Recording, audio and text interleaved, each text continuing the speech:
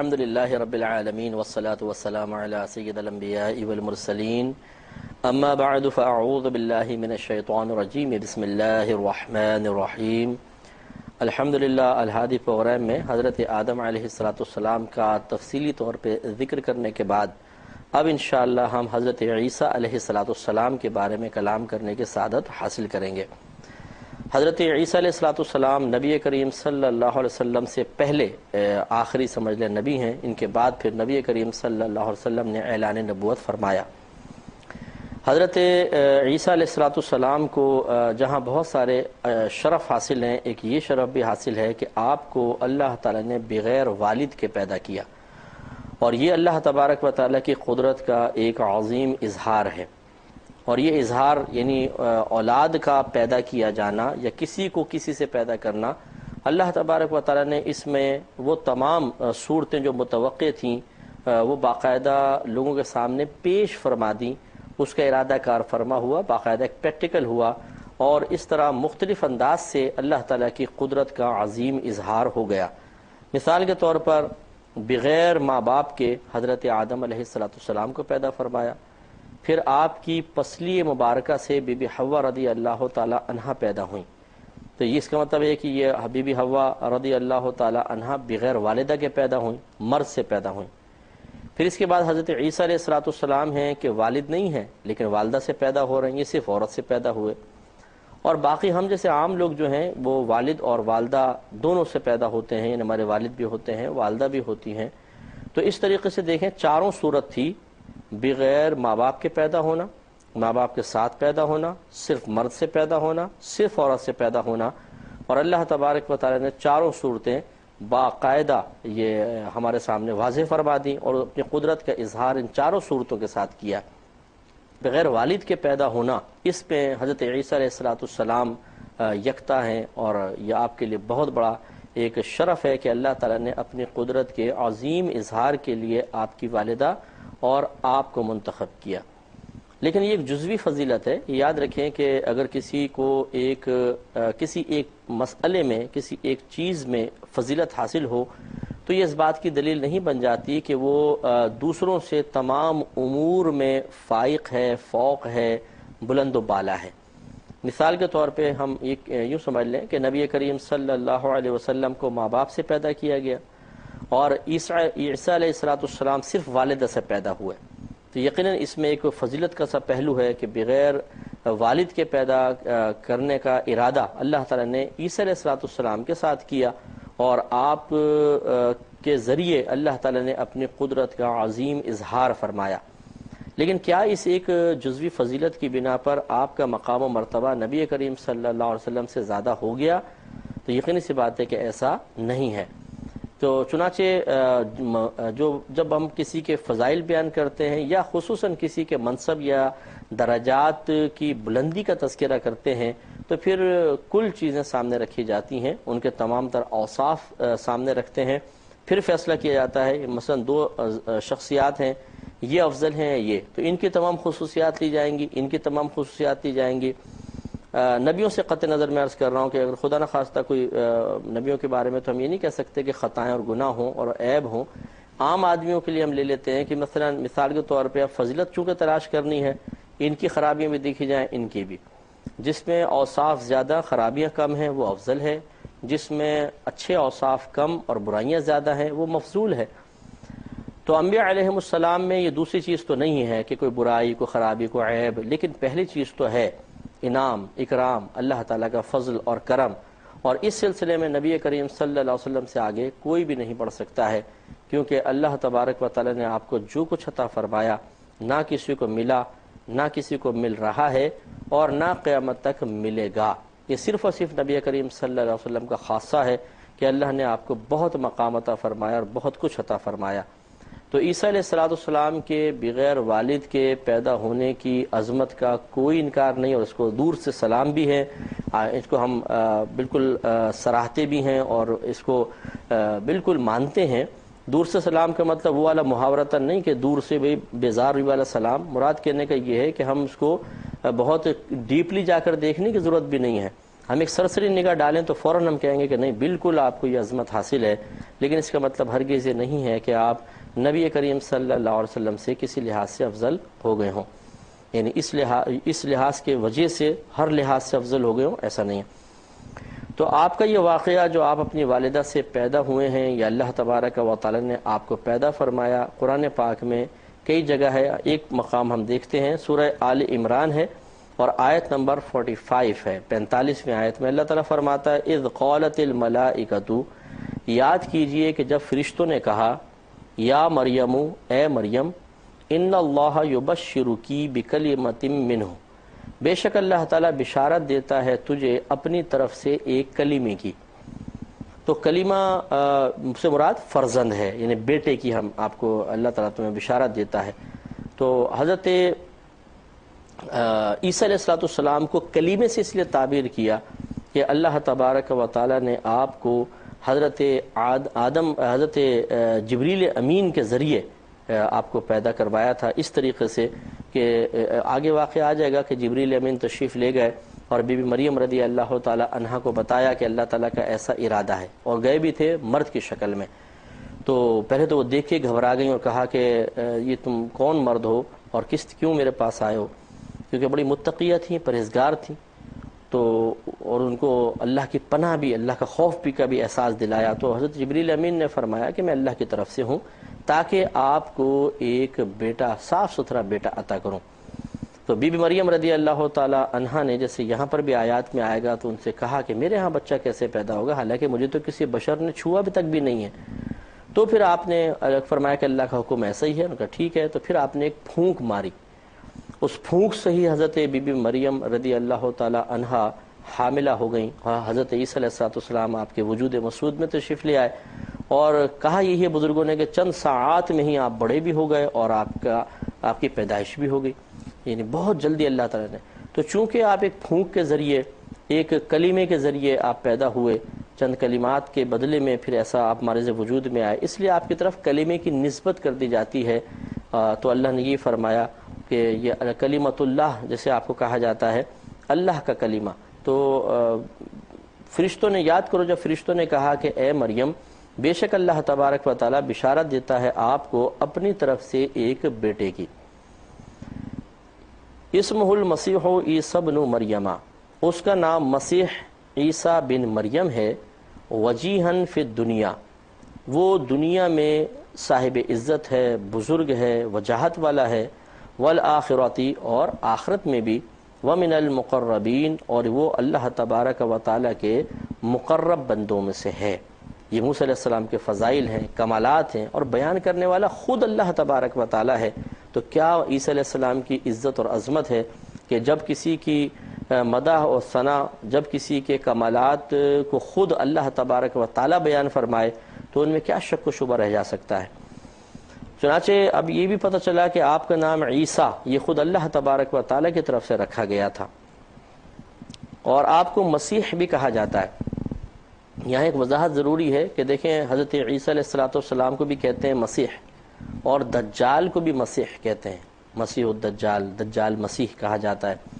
تو مسیح دونوں کے لیے آتا ہے، تو کیا مفہوم کیا ہے اس کا کہ دجال کے ساتھ بھی مسیح صحیح ہو اور عیسیٰ علیہ السلام کے ساتھ بھی اس کو استعمال کیا جائے تو درست کہلائے۔ دیکھیں مسیح مسح سے ہے، مسح کا مطلب ہوتا ہے ہاتھ پھیرنا۔ ویسے تو گیلا ہاتھ پھیرنا کسی جگہ پر، سوکھی جگہ پر، اس کو مسح کہتے ہیں، جیسے ہم سر کا مسح کرتے ہیں۔ لیکن جب مسح سے آپ ممسوح بنائیں تو اس سے بھی ایک مسیح بنتا ہے، اور مسح کو اگر ماسح کے معنی میں لے کر مسیح بنائیں اس سے بھی مسیح بنتا ہے۔ فرق یہ ہوتا ہے ممسوح سے جب آپ مسیح بنائیں گے تو اس کا معنی ہوتا ہے، ممسوح کا مطلب جس چیز کو اس طرح ہاتھ رکھ کر یوں دبا دیا گیا ہو، زور سے کچل دیا گیا ہو، تو اس کو کہتے ہیں یہ ممسوح شے ہے۔ اس سے بھی ایک مسیح بنائے، تو وہ جو اس سے ممسوح سے مسیح بنائے یہ دجال کے لیے استعمال ہوتا ہے، اور یہ اس کو پھر مسیح اس وجہ سے کہتے ہیں کہ اس کی ایک آنکھ کاڑی ہوگی، اور بالکل ایسی ہوگی جیسے کسی نے یوں ہاتھ رکھ کے زور سے آنکھ کو دبا کے مسل کے ختم کر دیا ہو۔ تو اس کی آنکھ نبی کریم نے فرمایا کہ وہ انگور کے دانے کی طرح یوں ابھر کر آ گئی ہے باہر کو، اور ایسا لگتا ہے کسی نے اس کو یہ دبا کے ختم کر دیا ہے، جیسے سخت کوئی چیز رکھ کر یوں اس کا کچل دیا جائے۔ تو یہی ممسوح کی تعریف تھی اور اس سے مسیح نکلا. تو مسیح دجال کا مطلب وہ دجال جس کی آنکھ کو اس طرح مسل کر کانا کر دیا گیا ہو، اس سے مسیح ہے. جبکہ حضرت عیسیٰ علیہ السلام کے لیے جو مسیح استعمال کرتے ہیں یہ ماسح سے ہے. ماسح مانے ہاتھ پھیرنے والا. عیسیٰ علیہ السلام کا یہ لقب اس لیے رکھا گیا جسے بے خود آیات آگے آ رہی ہیں کہ اللہ تعالیٰ نے آپ کو یہ نعمت عطا فرمائی تھی کہ اگر کوئی آپ کے پاس کوڑھ کے مرض کا شخص آتا یا کوئی نابینا آتا اور آپ اس پہ اپنا دست مبارکہ پھیر دیتے تو وہ شفا یاب ہو جاتا تھا. تو یہ ہاتھ پھیرنا چونکہ مسح کرنا کہلاتا ہے، اس سے ماسح نکلا ہے، اس سے پھر مسیح بنایا گیا ہے. تو لہٰذا حضرت عیسیٰ علیہ السلام کو مسیح اس اعتبار سے کہتے ہیں کہ آپ ہاتھ پھیر کر مریضوں کو شفا دیا کرتے تھے، اس وجہ سے. تو اس دونوں مسیح میں فرق ہوا. ایک مسیح دجال کا معنی ایسا دجال کہ جس کی آنکھ کو مسل کر ختم کر دیا گیا ہو، اور عیسیٰ علیہ السلام کے لیے جب حضرت مسیح کہیں گے اس کا معنی ہوگا کہ وہ حضرت عیسیٰ علیہ السلام جو ہاتھ پھیر کر بیماروں کو، اندھوں کو شفا عطا فرماتے ہیں. تو فرق ہو گیا. اللہ تعالیٰ نے تعریف کرتے ہوئے ارشاد فرمایا کہ وہ دنیا اور آخرت میں وجیح ہیں. وجیح مانے بزرگ ہیں اور اللہ تعالیٰ کے خاص بندوں میں سے ہیں، مقربین میں سے ہیں. وَيُكَلِّمُ النَّاسَ فِي الْمَهْدِ، اور وہ کلام کرے گا لوگوں سے جھولے میں. وَكَهْلًا وَمِنَ الصَّالِحِينَ، جھولے میں کلام کرے گا اور جب وہ جوانی کے اندر پہنچ جائے گا تب بھی کلام کرے گا. وَمِنَ الصَّالِحِينَ، اور وہ صالحین نیک لوگوں میں سے ہوگا، یعنی خاص نیک لوگوں میں سے ہوگا. تو یہ ایک حضرت عیسیٰ علیہ السلام کا بڑا کمال ہے، بہت بڑا معجزہ ہے، اور یہ آگے آئے گا انشاءاللہ کہ بچپن میں ہی آپ کو اللہ تبارک و تعالی نے اس کمال سے نواز دیا تھا کہ جب بی بی مریم رضی اللہ تعالی عنہا کے آپ پیدا ہو گئے، اور وہ آگے میں بیان کر دوں گا انشاءاللہ، آئے گا آیات میں کہ آپ نے پوچھا تھا اللہ تعالیٰ کی بارگاہ میں کہ یا رب کریم، جب میں اس بچے کو اپنی قوم کے پاس لے کر جاؤں گی اور وہ پوچھیں گے تو کہاں سے لائی ہے، تو میں کیا جواب دوں گی؟ کیونکہ جب میں کہوں گی اللہ کی طرف سے ہے تو پھر وہ تو یقین نہیں کریں گے کہ عام طور پہ نارمل تو ایسے بچے پیدا نہیں ہوتے، تو پھر میں کیا جواب دوں گی؟ تو وہاں اللہ تعالیٰ نے بیان فرمایا کہ آپ اپنی زبان بند رکھیے گا اور بچے کی طرف اشارہ کر دینا، بچہ خود بولے گا. اور ایسے ہی ہوا کہ آپ گئیں اور آپ نے جب لوگوں نے پوچھا کہ اے مریم، ہم نے تو تم سے کبھی کوئی بری چیز نہیں دیکھی ہے، تم نے کیا گناہ کر کے بچے کو لے آئیں؟ تو آپ خاموش رہیں اور آپ نے بچے کی طرف اشارہ کیا. تو سارے لوگ حیران ہوئے، انہوں نے کہا کہ یہ کیسے ہو سکتا ہے کہ بچہ کلام کرے، تم بچے کی طرف اشارہ کر رہی ہو؟ اس وقت حضرت عیسیٰ علیہ السلام نے باقاعدہ کلام فرمایا اور بتایا کہ میں اللہ تبارک و تعالیٰ کا بندہ اور اس کا رسول ہوں، جو آگے واقعہ آ رہا ہے. تو اس کی طرف اشارہ کر رہے ہیں، اللہ تبارک و تعالیٰ نے اشارہ فرمایا اور کلام کرے گا وہ لوگوں سے جھولے میں اور جوانی کے عالم میں بھی، اور وہ صالحین میں سے ہے. قالت، تو بی بی مریم رضی اللہ تعالی عنہا نے عرض کی، ربی، اے میرے رب، ان یکون لی ولد، میرے ہاں کہاں سے بچہ پیدا ہوگا، ولم یمسسنی بشر، حالانکہ مجھے کسی بشر نے، کسی انسان نے چھوا تک بھی نہیں ہے. قالا، تو فرشتوں نے کہا، یہ جو بھی حضرت جبریل امین ان کے پاس آئے تھے، انہوں نے کہا کذالک اللہ، اسی طرح اللہ تبارک و تعالیٰ کا فیصلہ ہے، یخلق ما یشاء، پیدا کر دیتا ہے وہ جسے چاہتا ہے. تو اللہ تعالیٰ کا فیصلہ یہی ہے کہ آپ کنواری ہیں لیکن آپ کے ہاں ایک اولاد ہوگی، اور وہ صرف ایک پھونک کے بدلے میں آپ کے شکم اطہر میں آئے گی، اور پھر آپ اس کو لے کے لوگوں کے سامنے جائیں گے. پھر آگے ارشاد فرمایا کہ اذا قضى امرا، جب اللہ تبارک و تعالیٰ کسی کام کا ارادہ فرما لیتا ہے، فانما یقول له کن، تو محض وہ اس کام کے لیے کہتا ہے کن، ہو جا، فیکون، تو وہ ہو جاتی ہے، فوراً ہو جاتا ہے کام. تو یہ یاد رکھیں کہ یہاں پہ کن سے مراد تلفظ کن نہیں ہے، کیونکہ اللہ تبارک و تعالیٰ کسی بھی معاملے میں کسی کا محتاج نہیں. اگر وہ کسی چیز کو پیدا کرنے کے سلسلے میں، کسی چیز کو مارز وجود میں لانے کے سلسلے میں، ایجاد کرنے کے سلسلے میں لفظ کن کا محتاج ہو جائے، تو کم از کم یہ تو ہم کہہ سکتے ہیں، یا کوئی بھی دشمن کہہ سکتا ہے کہ تمہارا رب لفظ کن کے تلفظ کا محتاج ہے. لفظ کن کہے گا تو چیز پیدا ہوگی، ورنہ نہیں ہوگی. تو یاد رکھیں یہاں پہ کن سے مراد ارادہ الہیہ ہی ہے، باقاعدہ تلفظ زبان سے نہیں ہے کہ کن ہو جا فیکون ہو جاتی ہے، بلکہ مراد یہی ہے کہ اللہ تبارک و تعالیٰ جب کسی چیز کا ارادہ فرما لے، جیسے ہی ارادہ کرتا ہے وہ چیز مارز وجود میں آ جاتی ہے. اگر فوراً اس کے وجود میں آنے کا ارادہ کرے گا، فوراً وجود میں آئے گی. اگر کچھ عرصے بعد وجود کا ارادہ کرے گا یا ایجاد کا ارادہ کرے گا تو اسی وقت میں وہ پیدا ہوگی. اور اگر اللہ تعالیٰ یوں چاہے کہ ایک چیز کو پیدا کیا لیکن اس کی فوری تکمیل فوراً نہ چاہی بلکہ اسٹیپ وائز چاہی تو پھر وہ اسی وقت پورا ہوگا. جیسے مثال کے طور پہ اللہ تعالیٰ کا ارادہ تھا کہ قرآن دنیا میں نازل ہو، ارادہ فرما لیا تھا، تو یک بارگی دنیا میں نہیں آیا بلکہ یہ تقریباً 21 سال کی مدت میں دنیا کے اندر نازل ہوا. 23 سال لکھے ہیں علماء نے، لیکن شاید آپ نے بخاری کا اگر ہمارا درس سنا ہو تو میں نے اس میں عرض کیا تھا اور بتایا تھا کہ 2 سال ایسے نبی کریم صلی اللہ علیہ وسلم کے گزرے ہیں جن میں آپ پر کوئی وحی نازل نہیں ہوئی تھی. پہلی وحی آئی، اس کے بعد 2 سال کا تقریباً گیپ رہا، پھر اس کے بعد لگاتار وحی کا آغاز ہوا. تو گویا کہ وہ جو 2 سال ہیں اس کو نکال دیں تو 23 سال پہلے 23 سال کل تھے، کیونکہ 40ویں سال میں اعلان نبوت ہوا ہے، 13 سالہ مکی زندگی ہے، 10 سالہ مدنی زندگی ہے، 23 سال. تو اگر ہم یوں دیکھیں کہ نبی کریم صلی اللہ علیہ وسلم نے 13 سال وہاں پہ مکے میں گزارے ہیں، اور پھر آپ نے شروع میں جو وحی نازل ہوئی تھی غار حرا کے اندر پہلی وحی، اس کے بعد 2 سال گیپ رہا، تو 11 سال وہ ہو گئے، 10 سال یہ ہوئے، 21 سال کل ملا کے، لیکن بعض اوقات 23 سال کہہ دیتے ہیں. تو یوں ہوتا ہے. اسی طرح خود قرآن میں ہے کہ اللہ تبارک و تعالی نے ارشاد فرمایا کہ اس نے زمین و آسمان کو 6 دن میں بنایا.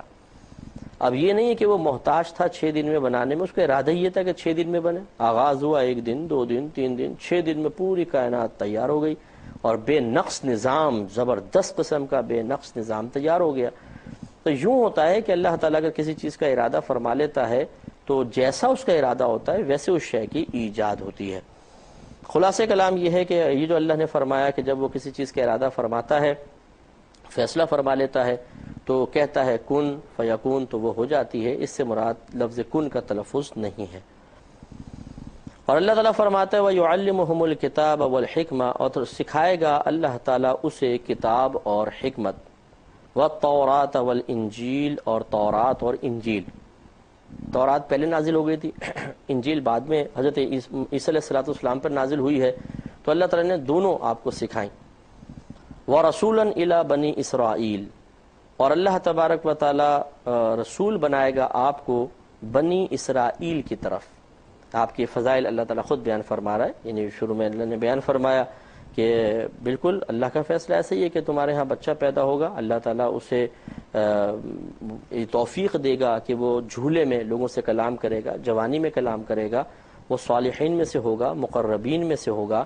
اور اسی طرح اللہ تبارک و تعالیٰ اسے حکمت، کتاب اور حکمت سکھائے گا، توریت اور انجیل سکھائے گا، اور پھر اس کو رسول بنائے گا بنی اسرائیل کی طرف. انشاءاللہ اس پر ہمارا سلسلہ کلام نیکسٹ پروگرام میں بھی جاری رہے گا. ضرور آپ ملاحظہ فرمائیے گا، کیونکہ اگلا پروگرام میں آپ کے ایک معجزے کا بڑا بہترین انداز سے تذکرہ ہے، اور اس پہ سے بہت سارے عقائد ثابت ہوتے ہیں جو ہم انشاءاللہ آپ کو بیان کریں گے. اللہ تعالیٰ اگلا پروگرام بھی دیکھنے کی توفیق عطا فرمائے. آمین. وآخر دعوانا ان الحمدللہ رب العالمین. میرا رہا